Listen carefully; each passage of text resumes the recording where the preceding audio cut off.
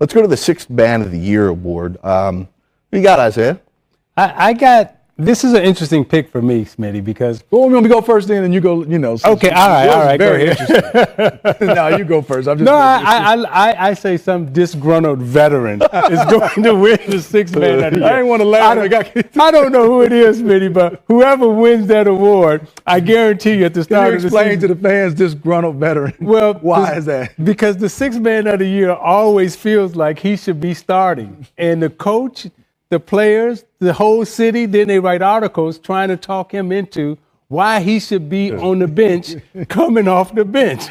And it's normally somebody playing in front of him that he believes that he's better than.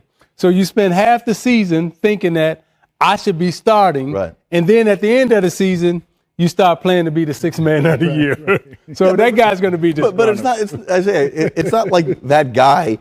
If he were starting, he'd win MVP. Show me the happy sixth man. Well, Jamal Crawford won it 3 times. Hey, Manu Ginobili. We work with Kevin McHale, right? And Kevin McHale won Sixth Man of the Year, I think 2-3 years in a row. And McHale, if you're out there listening, I know you was mad that you were sitting on the bench, coming off the bench those years. Now, Maxwell is like, hey, I'm better than McHale, right. But at the end of the day, that guy's always mad. And I got Scary Terry, the way he played in the playoffs, and I think the voters will remember that. And I think he will come in. I don't think he'll have the numbers, but I just think the impact he will have. And I think Brad Stevens, because they don't really traditionally have a two guard. I thought Jaylen Brown has played the two for them and done an excellent job. I think because of the way he's played, he might finish games with Terry and Kyrie on the floor. So I think that's the reason why Scary Terry will win it. So Scary Terry, all right. You saying he's disgruntled? Okay, the way Rozier played in the playoffs. He's going to be, yeah. You don't think that he's not thinking, hey, man, I'm a starter in this league. Now, I accept playing behind Kyrie, but when we get to the park, right? Oh, no, he was a starter. Yeah. Especially what he did last year. Rozier is saying on any other NBA team, I'm a starter. And he feels that way. Especially in the East. He said, hey, I went through everybody. Right. I was just with Vinny Johnson the other day, right?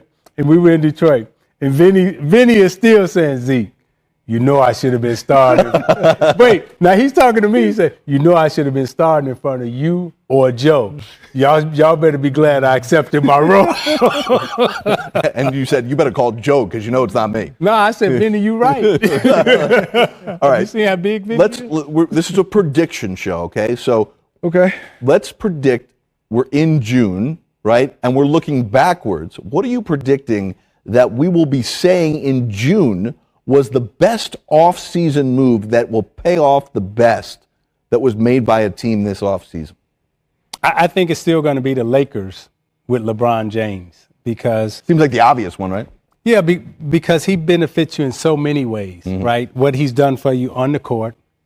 Now you put he and Magic together as a tandem in free agency and the credibility that they've brought back to the Lakers. I mean, 2-3 years ago, Smitty, we were all on this show and we were talking about how the Lakers couldn't attract a free agent. They couldn't get anybody to come there, even though they had the money, right? But now you got LeBron James, who's going to affect free agency. You combine him with Magic Johnson. You combine the TV empire and everything else that they've built out there. You know, all eyes are pointing to L.A. So I think LeBron James, for what he does on the court and also off the court. And for me, it's DeMarcus Cousins. He just kind of fell out the sky. A guy who's averaging 25 and 13. Right. Only, I say that, relatively, only making $5.3 million. He was a disgruntled free agent. And if he plays to his capability, which last year was 25 and 13 before he got hurt in January. Ooh, can you say those numbers? 25 and 13 before he got hurt. That was before an Achilles for a 7-footer, right? Yes, but you're playing with the Golden State Warriors. Right. It doesn't have to even be DeMarcus Cousins as we know him. If he's 90%, and you're talking about a guy that can average 18 and 10 and can draw double teams and can pass and can rebound and is a guy that's disgruntled because other teams didn't want to pick him up. Right. You start talking about you have to double team him. We're starting to see Clay and Steph and Kevin Durant getting wide open shots.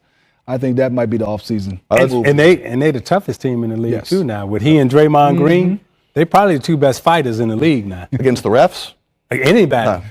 Those two. Let's go quickly here. Biggest regret. When we're in June, we're looking back. What do you predict will be the biggest regret a team for a move they made or maybe didn't make?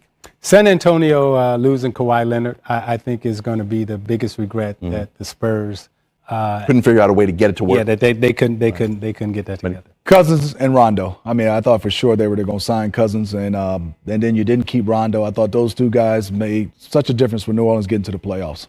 All right, plenty more to come. We're going to go rapid fire when we come back, talking about more big-time achievements, including who will be the scoring leader. Will it once again be the Beard?